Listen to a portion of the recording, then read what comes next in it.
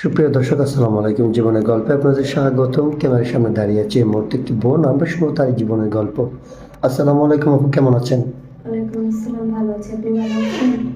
জি আলহামদুলিল্লাহ ভালো আছি। আপনার নাম কি আর কোথা থেকে এসেছেন? আমার নাম পায়েল, আমি চাঁদপুর থেকে এসেছি। চাঁদপুর থেকে এসেছেন। আপনার ফ্যামিলি থেকে কে আছে? আমার ফ্যামিলিতে আমার মা আছে, বাবা আছে, আর আমার দুই বোন।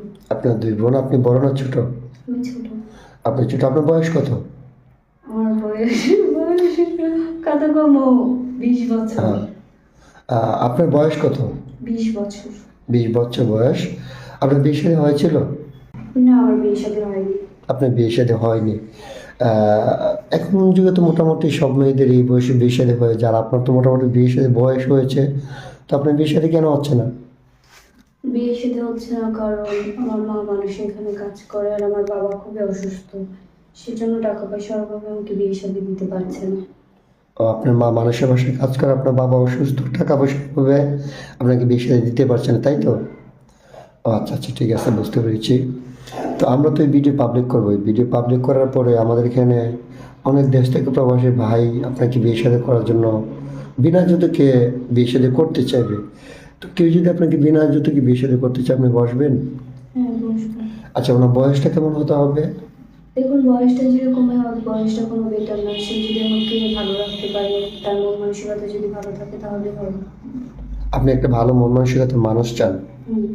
আচ্ছা, ঠিক আছে। তো আমাদের এখানে তো অনেক মানুষ আমাদেরকে নক করে, 40, 45, 50 বছর বয়স। আবার হচ্ছে কি, অনেকের স্ত্রী চলে যায়, মারা যায়, বাচ্চা কাচ্চা হয় না, তার জন্য দ্বিতীয় বিয়ে করতে চায়।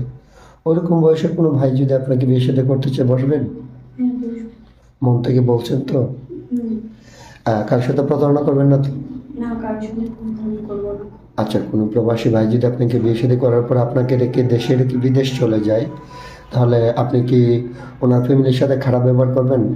না, ভালো ব্যবহার করবো। আমি কেন আমার ফ্যামিলির সাথে খারাপ ব্যবহার করবো? কারণ একটা মেয়ের বিয়ের পরে তার বাবার বাড়ি থেকে তার শ্বশুর বাড়িতে তার আপন হয়। বাবার বাড়ি থেকে শ্বশুর বাড়ি আপন, সুন্দর কথা বলেছেন আপনি। তো যাই হোক, এখন কথা হচ্ছে, আপনি নামাজ কালাম পড়েন? হ্যাঁ, বলি। নামাজ কালাম পড়েন। আচ্ছা, ঠিক আছে আপু, আপনার সাথে যোগাযোগ করার মাধ্যম কি? আমার পার্সোনাল কোনো ফোন নেই, আপনাদের সাথে যোগাযোগ করতে হবে। আপনার পার্সোনাল কোনো ফোন নেই? হুম। আচ্ছা দেখেন, এই যুগে তো মোটামুটি সবারই ফোন থাকে, আপনার ফোন নেই কেন আপু? আমার একটা ফোন ছিল, কিন্তু আমার বাবা যখন অসুস্থ হয়েছিল, তখন আমি এটা বিক্রি করে আমার বাবার চিকিৎসা করেছি। ও আচ্ছা আচ্ছা, ঠিক আছে। তো সুপ্রিয় দর্শক, এই মুহূর্তে দেখতে পাচ্ছেন ডিসপ্লেতে একটি নাম্বার। এই নাম্বারটা হচ্ছে আমাদের ইউটিউব চ্যানেল কর্তৃপক্ষের নাম্বার।